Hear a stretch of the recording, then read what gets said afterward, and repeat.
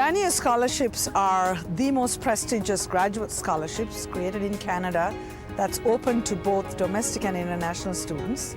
It's intended to be of the caliber of Rhodes or Fulbright and funds a doctoral student for 3 years at $50,000 a year. This is a wonderful scholarship because it covers the social sciences, the humanities, the arts, and science. So great breadth, and I think to a person, they had outstanding academic records, already evidence of significant research capability, but importantly leadership. It's about identifying people with leadership capability who will be future leaders on the world stage. The Vanier Scholarship is important to help retain students and encourage them to go to graduate school, to pursue a career in academia and research, and provides them a secure level of funding and flexibility. The work that Corey is going to do will be taking advantage of our 4.7 Tesla MRI scanner, which is a triple strength MRI scanner for humans. It's the second strongest MRI scanner in Canada, and one of my colleagues calls it the Hubble's telescope of MRI scanners.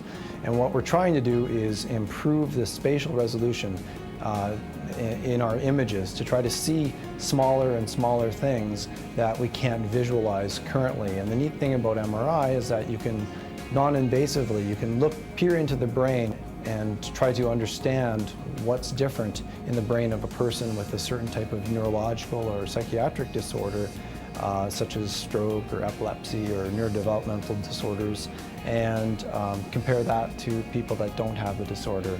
When I first started, I was focused solely on the science and the physics, and I didn't know that I would love to see that it really get applied. He has this ability to keep the important things in mind, the big picture.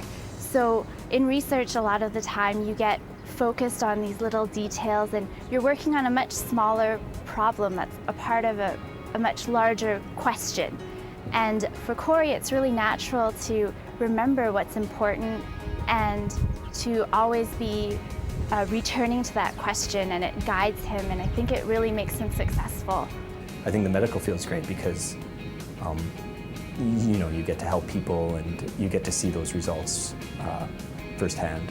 Corey clearly has a passion for wanting to see his work translated to people and to people with disorders. The desire is a big part of science. It's not just about ability.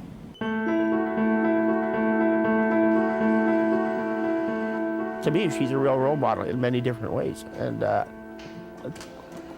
she'll challenge people's thinking, and I think that's positive. That's what universities are all about. She has not only an academic perspective, but she actually has an experiential perspective. Now when you got someone like Danielle talking about it, who has played at the elite college level, who's played at the highest levels standing up, now who's has played at the highest levels in a wheelchair, and now she's going to talk about it and show people how you can move those boundaries. I was considered an able-bodied athlete back then, and after 3 years of playing recreation, about the same year I graduated, or I guess the year before I graduated here, I was diagnosed with muscular dystrophy. And on the one hand, my mom was really upset, obviously, and I mean, there's the negative aspect of that, but also my teammates were really excited. Oh, this is a great chance, because now I had a chance to actually try out for the national team. So in a strange way, just having the knee problems I've had named actually gave me this opportunity, and so I started training 40 hours a week, and the next year I made the national team.